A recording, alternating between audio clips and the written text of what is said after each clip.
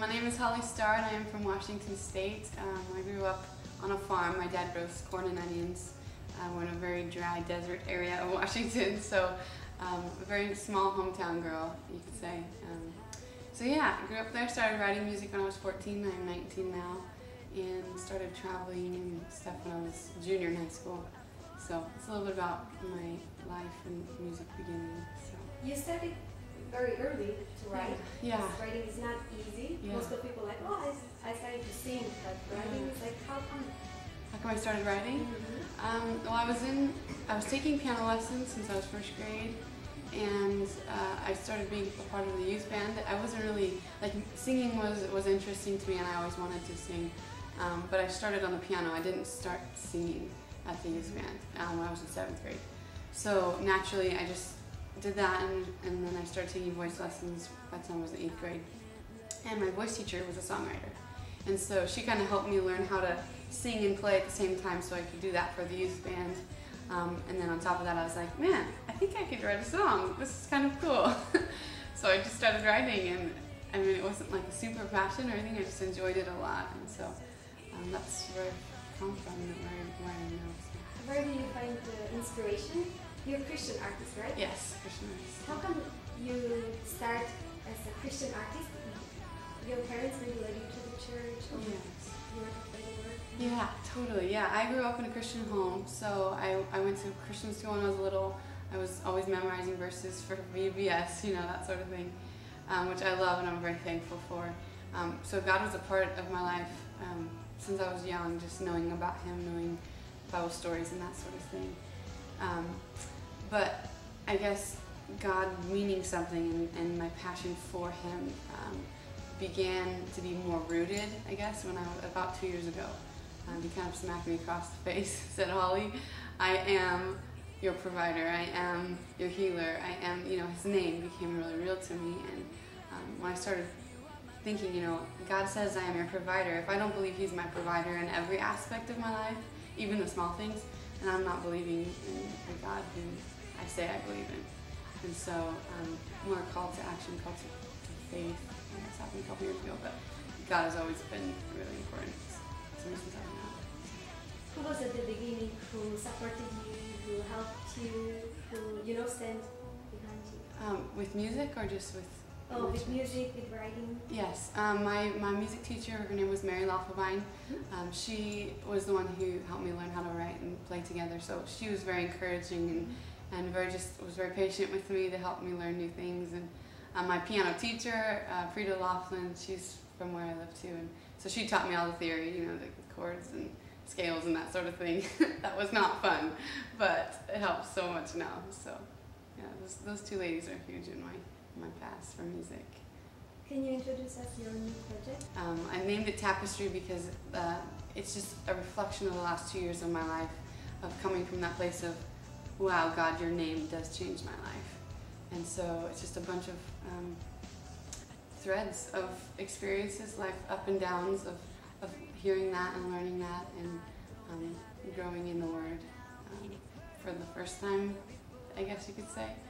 So it was, although I'd been in the church and been around it, I felt like it was all new and stuff like that. So it's a picture of the last 2 years of my life.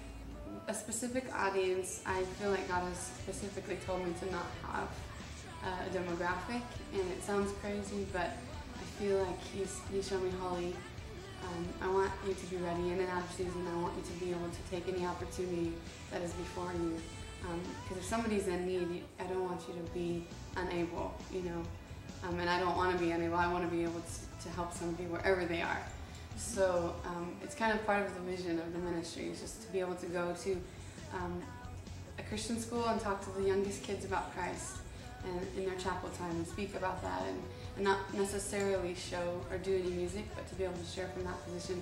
But then also to go to convalescent centers and to bless people who are, in a sense, locked up in a place where maybe they don't have family and they just need somebody to come encourage them with a song.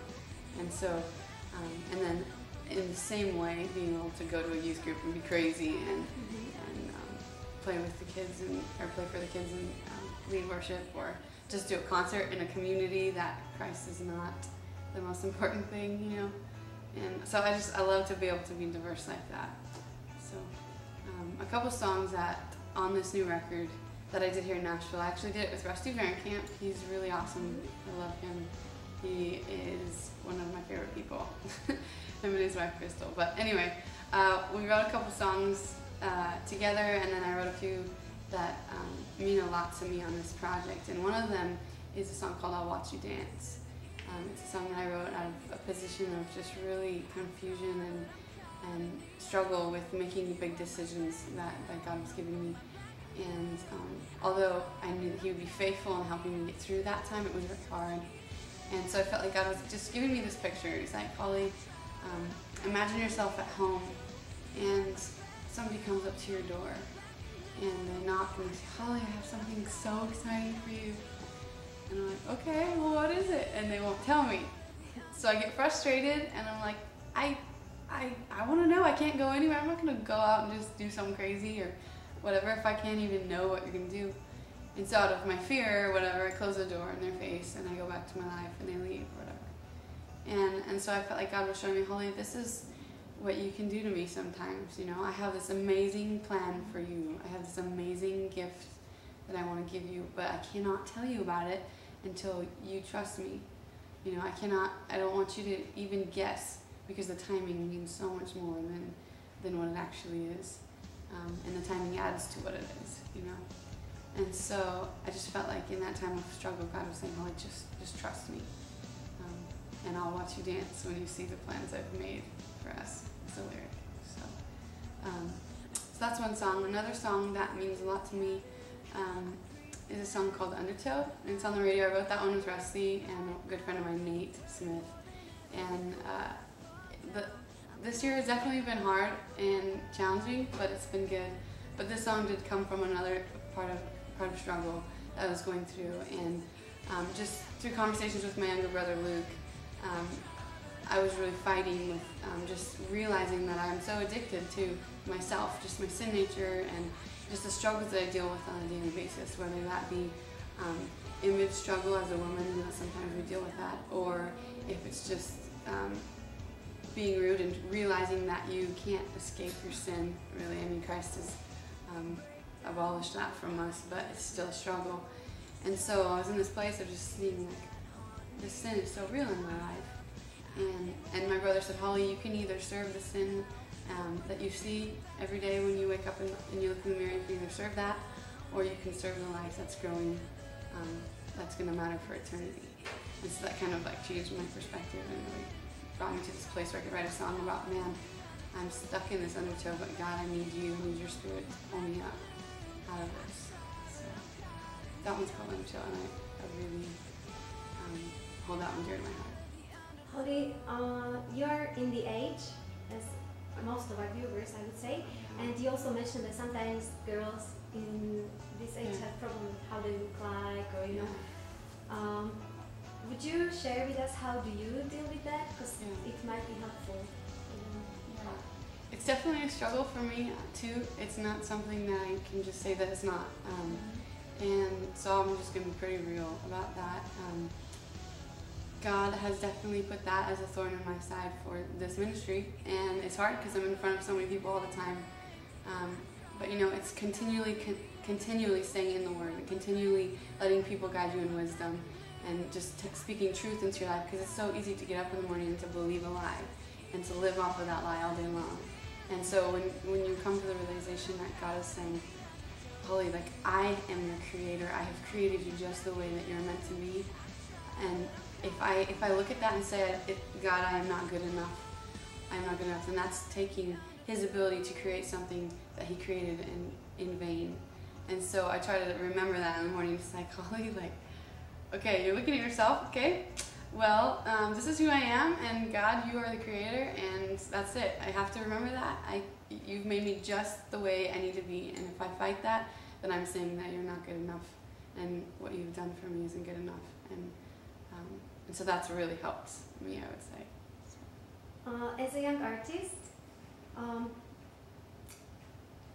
there might be many people that dream about the way you live right now. You have projects out and are doing what you like. But it's not always easy path, right? Is there anything you had to sacrifice for this? Yeah, I definitely did. It's definitely not what it looks like. Just to encourage you all who are pursuing it or whatever. It's hard work. It's definitely awesome and rewarding, but there's a lot of sacrifice that goes on behind the scenes. I got out of my high school experience when I was a junior to start my first project in Seattle, and it was all good. It was all awesome. Life was changing so fast, and I was really enjoying it. But in the meantime, what I wasn't realizing is that those times in my life will never be back again. High school's only there for a few years, and then it's gone. And your friends, they leave and they'll care about you when you see them. But it's like, man, I'm gone so much. I don't have the time to invest really in great relationships with people, because you're meeting new people all the time, and you're meeting a lot of awesome people all the time. But it's like, man, I'm going so much, I can't just call somebody up and talk to them for 2 hours very often. And whoever that is in my life, I have to be very specific to keep a few friends, stay loyal to a few very important friends in my life, and be okay with not taking, allowing others to come at us that much. Because you just can't, you'll end up hurting more people than helping them. That's been a sacrifice for me, just good friend conversations with a lot of people. What are you thankful for? I'm thankful for my family.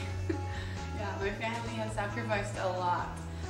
In a sense, I would say probably more than I have, because it hit them so fast and so hard with my life changing and being gone a lot. My dad has let my mom come with me on the road, and so that's been a sacrifice that she and he have allowed to happen so that they can encourage what God is doing in our family. And my brothers have sacrificed, like my parents being at their sports events sometimes because they're with me. My sister is married now, and so she's able to support from that angle, which I support totally. But my mom is busy with me all the time, so if she calls and mom's busy with me, it's like, there's that burden a little bit on the family. So I'm very thankful. So touring in the past, however, has been awesome. God has given me the opportunities to be on Creation Festival stage in Northwest, which was a dream of mine when I was younger. So that was awesome. And Life Fest in Wisconsin, and Power One I played there last year too. So I don't know, God, and opening for Leanne Rimes, that was the kicker. That was the first before any of the festivals, which is kind of crazy. But God gave me that opportunity, I believe, to show me exactly what He's called me to do. And being on that stage and being before thousands of non-believers, people who don't even know who I am or don't even know who God is, like being able to bridge that gap,